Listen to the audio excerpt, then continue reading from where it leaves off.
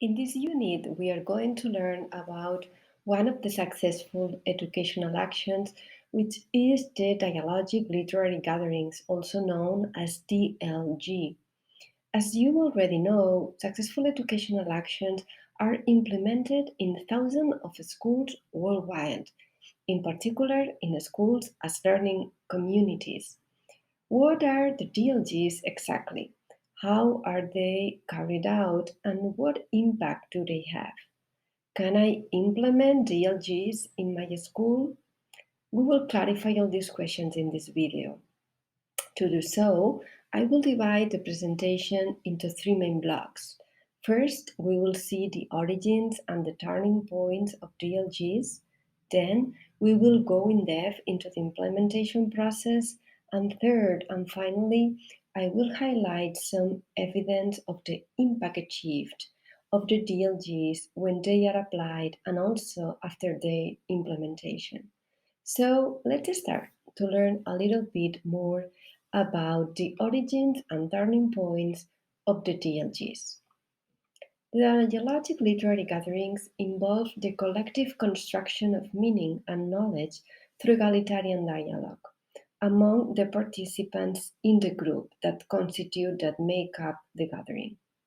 To do so, the dialogic learning and the seven principles that define it are enacted in the DLG.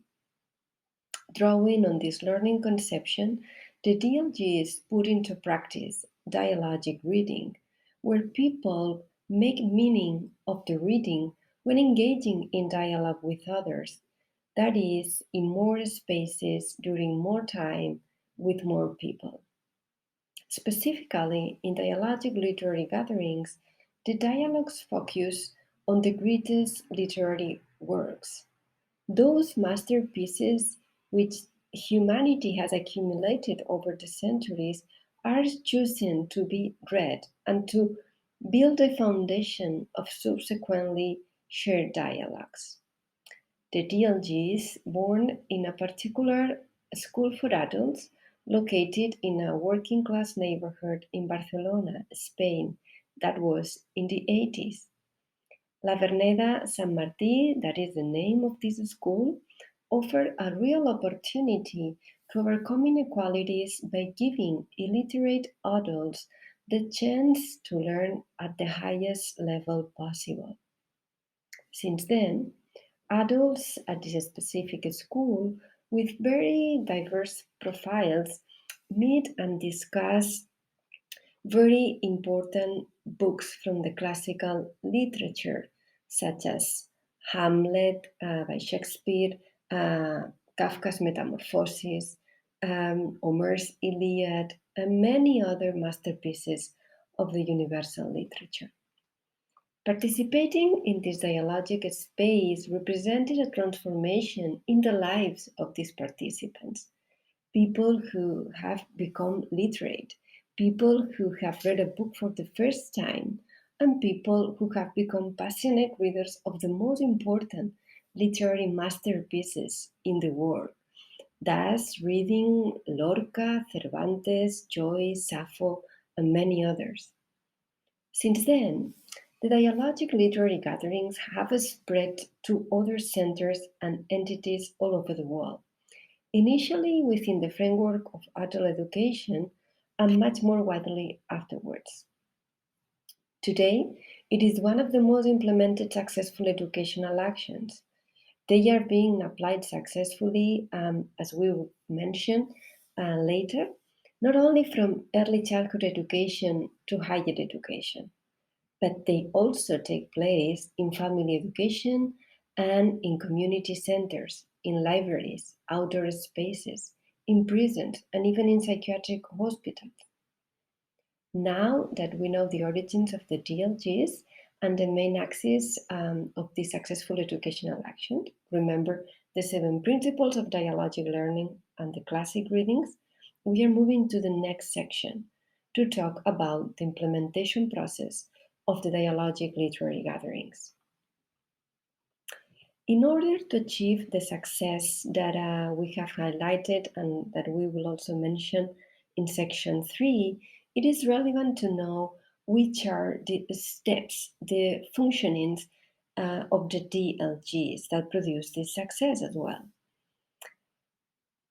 Before the DLG session, participants in the group, that is, the participants that constitute that DLG, choose the book that they want to read from a list of books that are always from the classical literature, those masterpieces. Each person, including both the teachers or the teacher and the students, choose the book that they want to read. And they explain the reasons why they would like to read that book. After the participants in the group reach an agreement regarding how many pages they will read. Of course, this happens after deciding which book they want to read.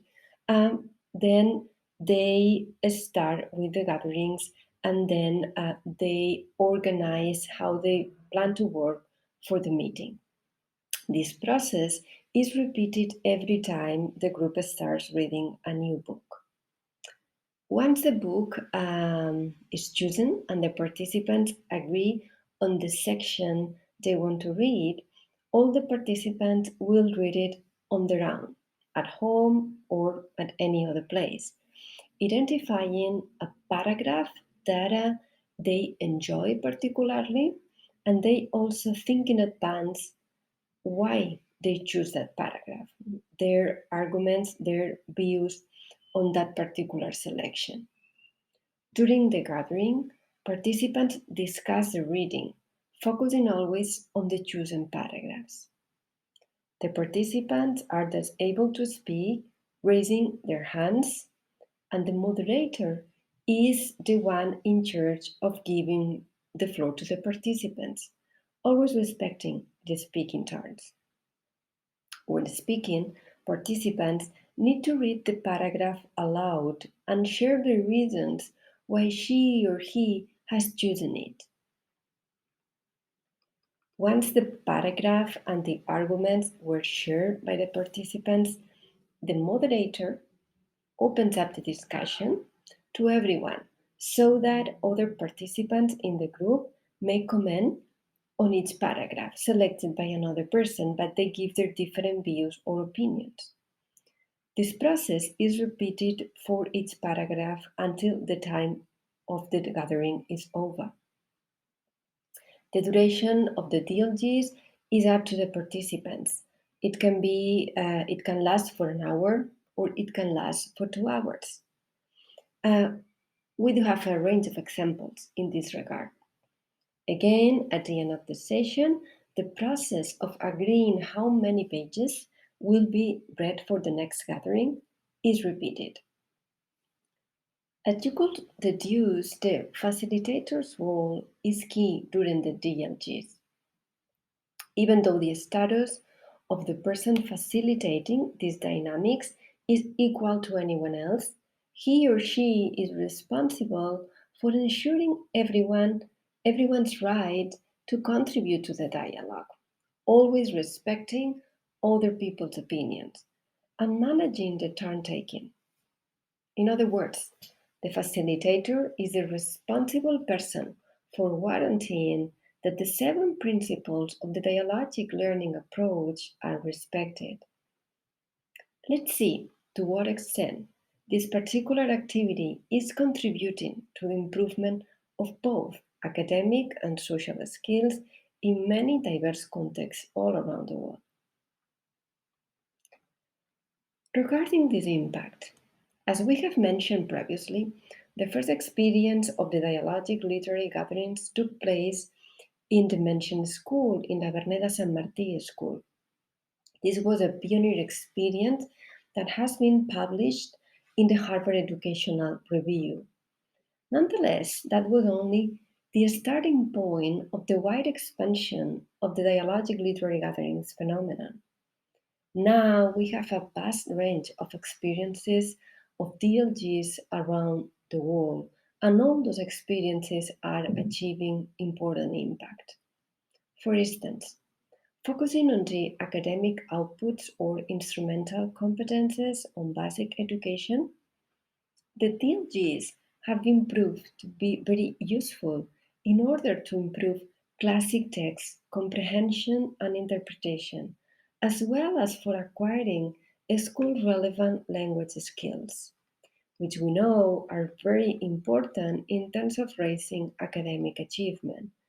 Different publications in top ranked scientific journals have reported these achievements. We can also have evidence, and you can also check that evidence um, about the impact of dialogic literary gatherings regarding the transformation of the classroom climate and the students' relationship. The results of research that have focused on these particular dimensions of learning have also been reported in academic journals ranked in the top positions of the journal citation reports. The results of these articles support that dialogic literary gatherings allow students and teachers to get to know better each other and to build relationships based on trust. There's also research done in the case of students with special needs. And for the particular case of these students, thanks to dialogic literary gatherings, we can expand these students' interaction and learning opportunities to ultimately offer them high quality learning environments that include better support, higher support, and that promote the educational and social inclusion of students with special needs. Therefore, we can see that the dialogic literary gatherings have a considerable remarkable impact with very diverse students.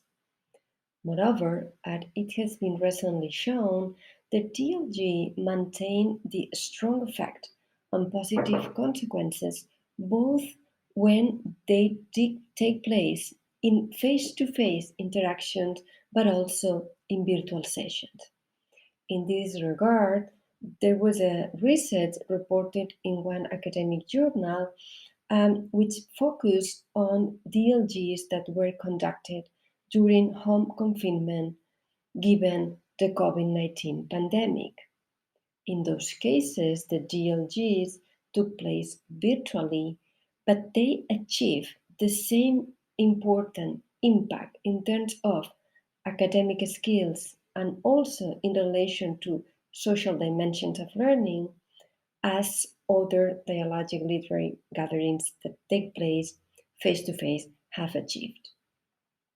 Because all of this, we can affirm that the dialogic literary gatherings are an efficient educational action to all participants involved, regardless of age, gender, culture, or ability.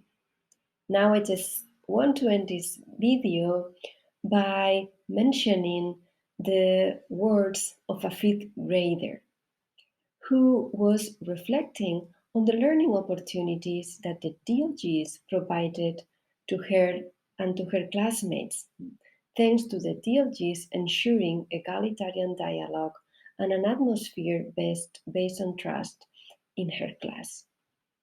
She said, "A very important thing that I have learned in the gatherings is what my classmates think and the way they think. I couldn't have imagined they were thinking the things they say in the gatherings. For example, when we are debating, I think one issue, and someone else thinks differently about the same matter. At first, I had the impression that all of us thought in the same manner, and I think now that everyone has their own way of thinking. We never get annoyed with each other in the gathering, not even when we have different opinions. At times, my mind has changed on an idea that I originally didn't agree with, but the reasoning of my friends has convinced me. Sometimes I didn't understand when they said something, and by listening in the gathering, I eventually understood it. For example, that's what happened with loyalty. I didn't understand what it meant, but after listening to my friends in the gathering, I finally understood it.